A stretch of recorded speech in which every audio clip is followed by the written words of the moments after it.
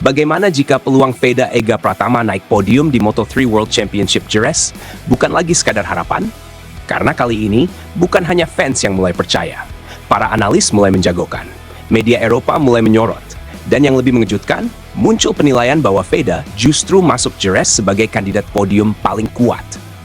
Apakah ini awal sejarah besar Indonesia di Moto3 hilang?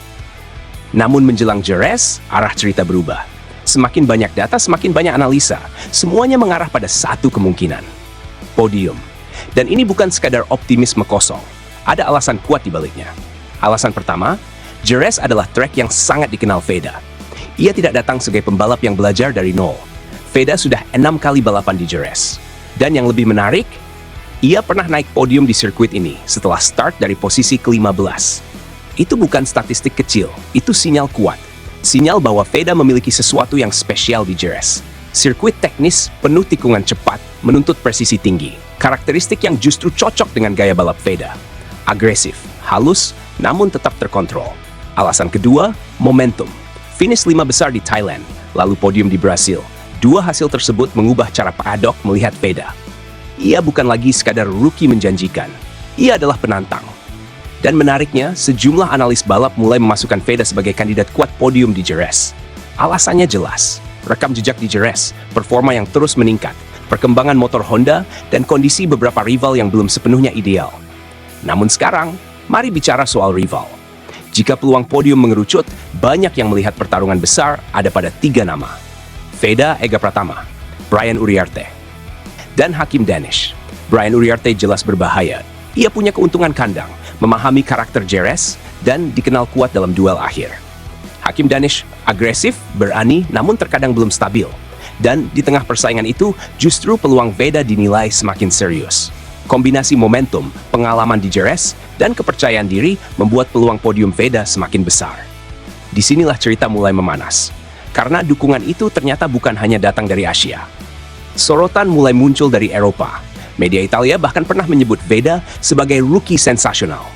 Beberapa pengamat juga menilai gaya balap Veda sangat cocok untuk Jerez. Agresif tetapi terukur, berani namun presisi. Ada yang bahkan menyebut jika Veda start di barisan depan, ia bisa menjadi faktor pengacau besar bagi para favorit. Bayangkan, bukan sekadar rookie, bukan sekadar kejutan, tetapi ancaman. Istilah itu mengubah cara banyak pihak memandang Veda. Karena ketika media Eropa mulai menyebut pembalap Indonesia sebagai ancaman, itu berarti nama Veda mulai benar-benar diperhitungkan. Namun ada satu faktor lagi yang membuat peluang podium ini semakin nyata. Jerez sering menghadirkan chaos, duel rapat, late braking, overtake di lap terakhir. Dan justru di situ, Veda sering terlihat kuat, insting duel, keberanian overtake, kontrol saat tekanan meningkat. Itu semua menjadi kekuatan Veda. Skenario yang mulai banyak dibahas pun mulai terbentuk. Start bersih, masuk grup depan, menempel rombongan podium, lalu duel, dan Veda ada di sana. Jika itu terjadi, maka ini bukan sekadar peluang podium. Ini peluang sejarah. Karena jika Merah Putih kembali naik podium di Moto3, itu bukan hanya hasil, itu pernyataan bahwa Indonesia ikut bertarung di Grand Prix. Dan mungkin sedang melahirkan ancaman baru bagi dominasi Eropa.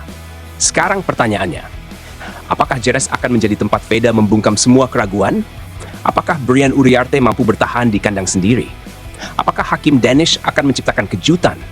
Atau justru, Veda Ega Pratama mencuri semuanya? Satu hal yang pasti, semua mata kini tertuju ke Jerez. Dan dunia Moto3 mungkin akan segera menyaksikan apakah sejarah baru Indonesia akan dimulai di sana.